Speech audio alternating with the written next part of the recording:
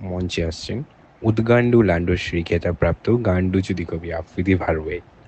আমি কবি আফ্রিদি ভারওয়েকে মঞ্চে আসার জন্য অনুরোধ করব, যিনি লান্ডশ্রী খেতাবপ্রাপ্ত।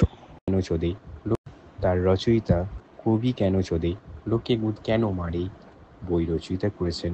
এছাড়াও হ্যান্ডেল মারো জোরে জোরে রচয়িতার প্রধান এবং অন্যতম লেখক কবি আফ্রিদি ভারওয়ে। তাছাড়াও তিনি লিখেছেন 7 দিন রক্তমাখা দিনগুলি, আরও লিখেছেন দুধ টিপো জোরে জোরে। এছাড়াও লিখেছেন বসে থাকো লান্ড ধরে। সেই আমি মঞ্চে আবারও আমন্ত্রণ জানাবো ভারওয়ে, আফ্রিদি ভারওয়েকে, যিনি রিসেন্টলি লান্ডশ্রী খেতাব পেয়েছে। জোরে হাততালি।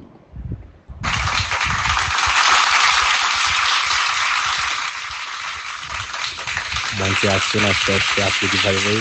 আমরা বরণ করে নেব লান্ড দিয়ে। ধন্যবাদ খেতাবটি দেওয়ার জন্য। সব কিছু হয়েছে আপনাদের ভালোবাসায়। আপনারা যদি পাশে না থাকতেন, আপনারা যদি সাপোর্ট না করতেন, তাহলে সব কিছুই হতে পারত না। তাই আমি আবারও সেই ফেমাস কবিতাটি আপনাদেরকে শোনাতে চাই। ভুল হলে মাফ করবে।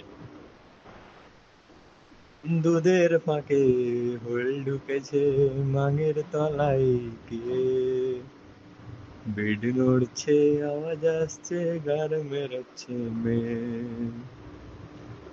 ধন্যবাদ আমাকে এই সুবর্ণ সুযোগ দেওয়ার জন্য, আর এই একটি বিখ্যাত খেতাব আমাকে দেওয়ার জন্য।